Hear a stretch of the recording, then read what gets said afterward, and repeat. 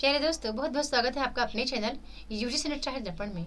तो प्यारे मित्रों, आज की जो क्लास है वो मैं अभी लेके आई हूँ आचार्य शुक्ल के अनुसार हिंदी साहित्य का इतिहास। काफ़ी मित्रों के कमेंट थे कि मैम बताइए, आप बताइए कि हम आचार्य शुक्ल को कैसे पढ़ें। ठीक है, तो मैं थोड़ा सा बताना चाहूँगी। दरअसल एक बार तो वीडियो रिकॉर्ड की तो कंप्यूटर ऑफ हो गया, तो वो पूरा डिलीट हो गया। अब मैं दूसरी बार फिर से रिकॉर्ड कर रही हूँ कि मैं आपको थोड़ा बता सकूं कि क्या क्या चीज़ें जो बहुत इंपॉर्टेंट है इसमें। ठीक है, मैं इसको एक बार हम ग्रुप में करेंगे।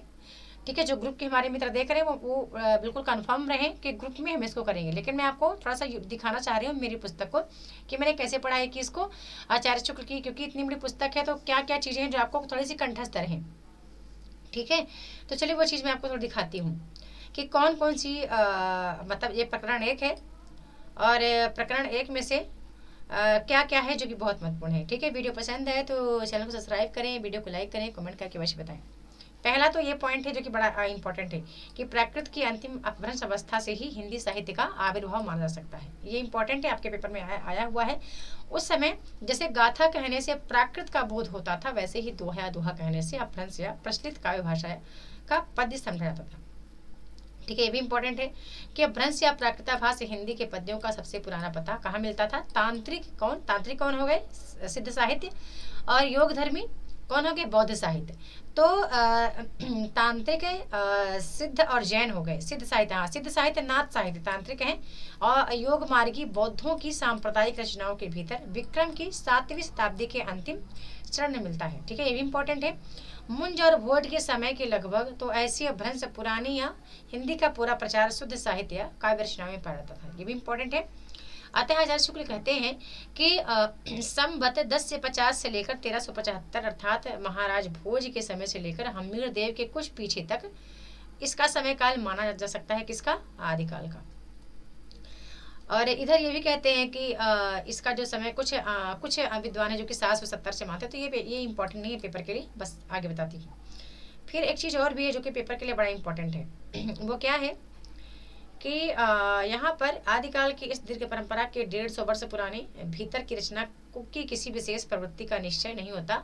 ठीक है, ये तो ये लिखा है कि जो मतलब आदिकाल के कवि थे ना, वो क्या करते थे कि वो अपने कवियों का राजाओं के आश्रित रह करके और बिल्कुल राजाओं का ही गुणगान किया करते थे, इसलिए उनको राज्याश्रित कवि कहा गया। उनको चारण कवि कहा गया इसलिए क्योंकि वो राजाओं का मतलब बहुत बढ़ा चढ़ा करके वर्णन किया करते थे। ठीक है, ये देखिए, नीति श्रृंगार आदि के फुटकल दोहे राजसभाओं में सुनाया करते थे। उसी प्रकार अपने आश्रयदाता राजाओं के पराक्रमपूर्ण चरित्रों या गाथाओं का वर्णन भी किया करते थे। यही प्रबंध रचना क्या? रासो कहलाई थी। ठीक है, इसी को रासो कहा गया और इसे लक्ष्य करके आचार्य शुक्ल ने भी इसका नाम क्या रख दिया था? वीरगाथा काल रख दिया था। ठीक है, आगे बात करते हैं।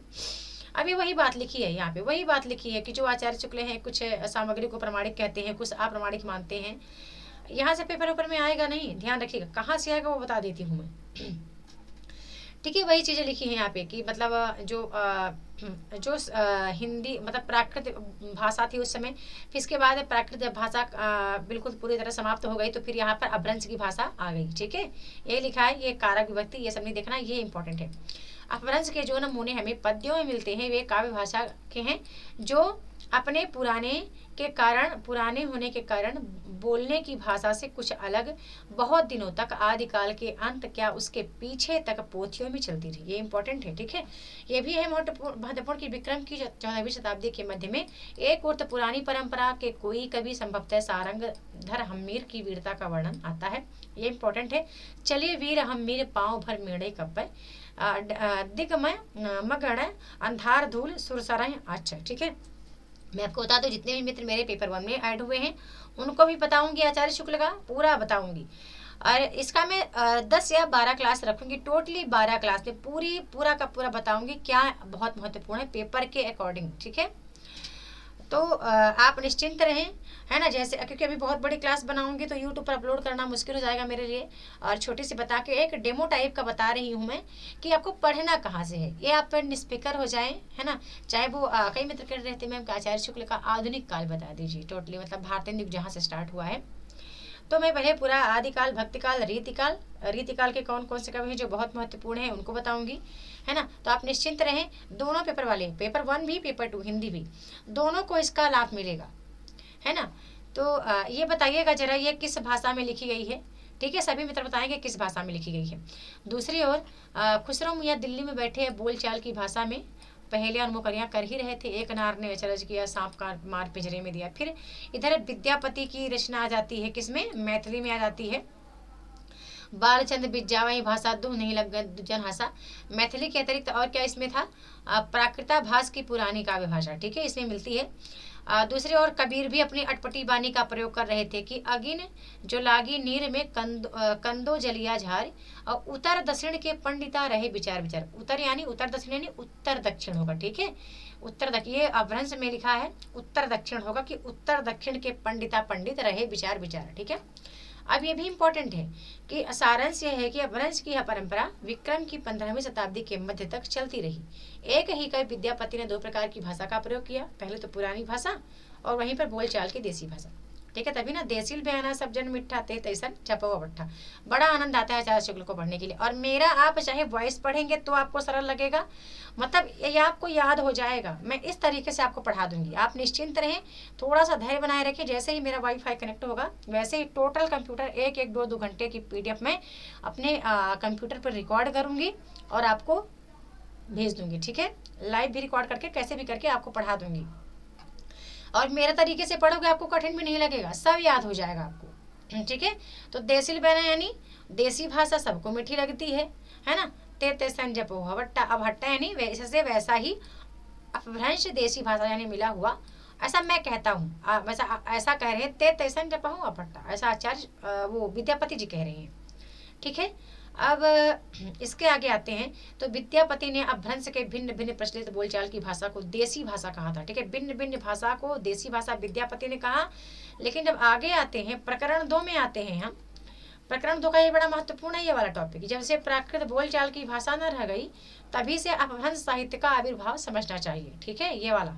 फिर वहीं पर पहले जैसे गाथा या गाहा कहने से प्राकृत का बोध होता था, वैसे पीछे दोहा या दोहा कहने से अपभ्रंश या लोक प्रचलित काव्य भाषा का बोध होने लगा था, ठीक है।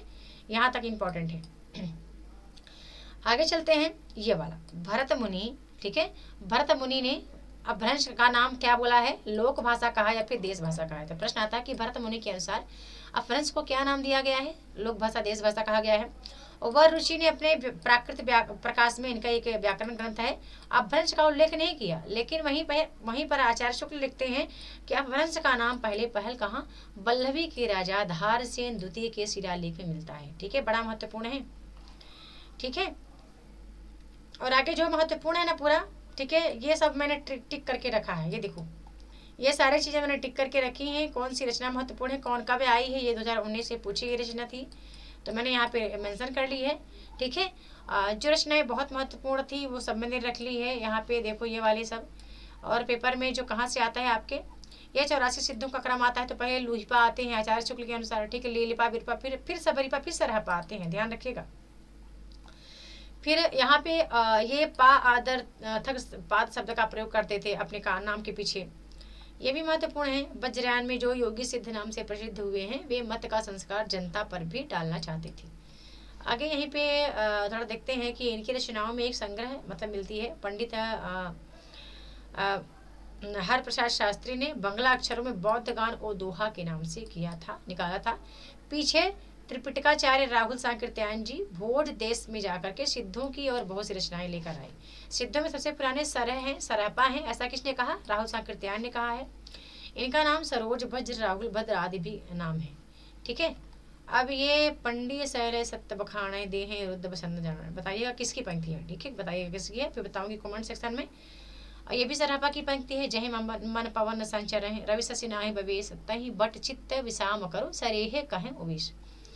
आगे है नादन बिंदु रवि शशि मंडल चिरा साहावे मकूल, ठीक है। लुइपा की पंक्ति है कावा तरवर पंच बिडाल, बहुत बार पेपर में आई है आपके।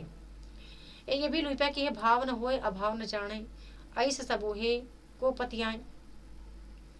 ए कणपा की है, एकण किज्जे मंत्र न तंत्र पट्टियाँ धरनी ले केल करंत, ठीक है। एक ये भी है, बड़ी इंपॉर्टेंट है जी में लोड मिट जावा, ये वाली, ठीक है, बड़ी इंपॉर्टेंट है, इसको याद रखिएगा, पेपर में आती है।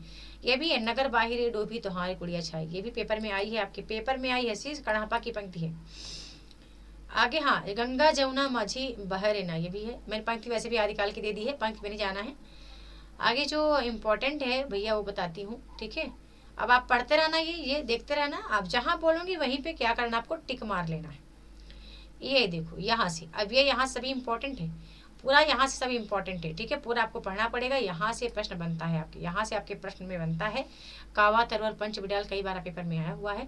तो अब मैं आपको श्योर करवा दूं कि जो चीज़ मैं बताऊंगी, हाँ यहाँ से पेपर में आया हुआ है, ये पेपर में आपके आता है, ठीक है, पेपर में आया है, ये पूरा पेपर में आपके आया हुआ है, ये पूरा पेपर में आपके पूछा जा चुका है, ठीक है, ये वाला पोर्शन आचार्य शुक्ल की पुस्तक का। तो मैं अभी थोड़ा सा आपको, हाँ ये भी इंपॉर्टेंट है, सब इंपॉर्टेंट है, ये मैं पढ़ के सुना दूंगी, वाँच दूंगी, ठीक है, परेशान मत होइए आप, ठीक है। यदि आप पुस्तक रखे हों तो कर लीजिए, ये सब आपके पेपर में आया हुआ है, पूछा गया है, ये इंपॉर्टेंट है भैया, है ना। अभी क्लास को स्टॉप करती हूँ और मैं आपको बता दूं कि मेरी पुस्तक से मैं जितना मैंने पढ़ा है वो चीज़ मैं आपको शेयर करूँगी, दिखा दूंगी, ओके, है ना। अब आप दोनों पेपर वाले परेशान रहे ना रहें, आचार्य शुक्ल से बनने वाली पुस्तक का प्रश्न की जिम्मेदारी मेरी है कि वो आप पक्का करेंगे, राइट करेंगे, ओके। बहुत बहुत धन्यवाद।